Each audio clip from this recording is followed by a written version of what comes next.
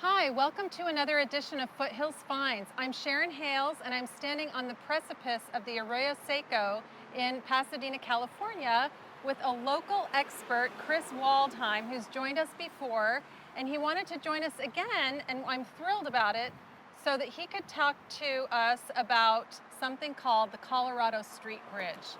Tell us, Chris, why you wanted to talk to us about this today. Sure, Sharon. I think the Arroyo and the Colorado Street Bridge, as well as the Vista del Arroyo Hotel, are just amazing landmarks in the area. The fact that the engineering that went into it, over 100 years ago, still stands, as you can see, beautifully behind us. Okay, so the bridge and the hotel are really iconic of Pasadena. I know people came here back in the early 1900s, and this was sort of the symbol of Pasadena. So tell us when the bridge was constructed and why it was such a feat in its day. Okay, well, the bridge was first constructed in 1913, 104 years ago, and I think it was an engineering feat because it took over 600 tons of steel.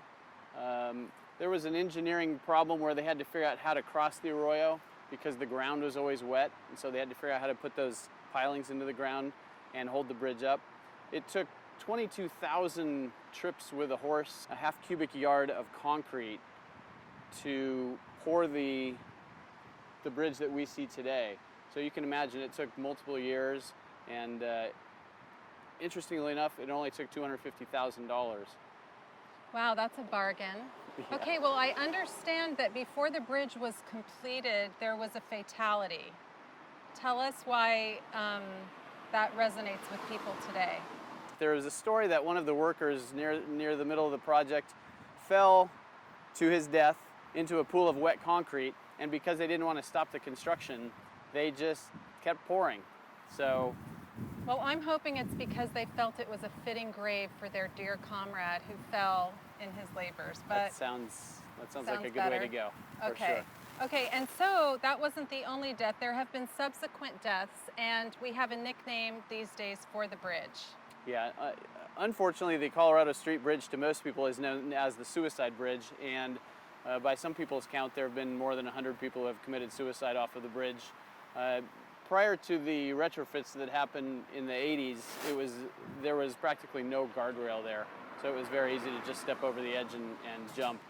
And again, one of the stories was that young man that fell off during the construction was calling for more souls, and so people were answering that call and committing suicide.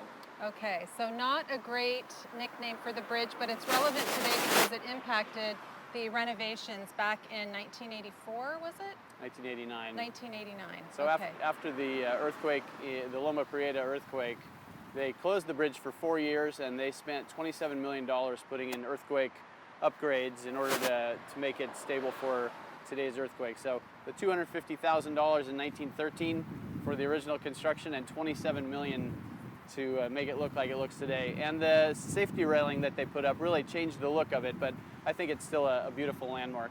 It is beautiful. And it's such a landmark that it was actually included in La La Land, is that right? It was. Pasadena has such a rich history, and I know you're a local expert, so tell us a few other tidbits about Pasadena. Well, one of the things I really like about Pasadena is the fact that there are over 150 years of history here. You can visit the old mill, you can visit the Casa del Arroyo right down here, you can see the Vista del Arroyo Hotel. There are, the Huntington Hotel, the Langham Hotel, and then just hundreds and hundreds of houses that were built in the early 1900s. And a lot of their history and documentation is available all over the internet. And it's also available through PasadenaHeritage.org, which is where I found out a lot of the original pieces of information that I've started gathering. Well, Pasadena is very proud of its culture, there's no doubt. And there's also some recreation opportunities here too in the Arroyo. Tell us what there is for people to do. There are. The Arroyo is really a neat trail system because you can go all the way from South Pasadena all the way up underneath the bridge, all the way past Brookside, Hucamonga Dam, all the way up through La Cañada, past JPL, all the way into the San Gabriel Mountains. And you could keep going from there, all the way to Canada if you wanted to. But right here locally, there are golf courses here. There's a mini golf course. There's an archery range, and there are tons and tons of trails to mountain bike and hike on. Well, I think that the same reason that people came here in the early 1900s for the climate, for the location, for the peace and solitude that we get here in Pasadena is the same reason people still flock here today. And that's why it's such a beautiful city to spend time in. So next time you bring a date or your family to Old Town Pasadena, just know you're a stone's throw from the Suicide Colorado Street Bridge, and that's a little piece of trivia that would entice anybody to come on over here. Chris, thank you so much for joining us today. Thank you. What a fount of knowledge you are. You're sweet. We're lucky to have you. And I'm Sharon Hales. Join me next time on another edition of Foothills Finds. You can find me at SharonHales.com.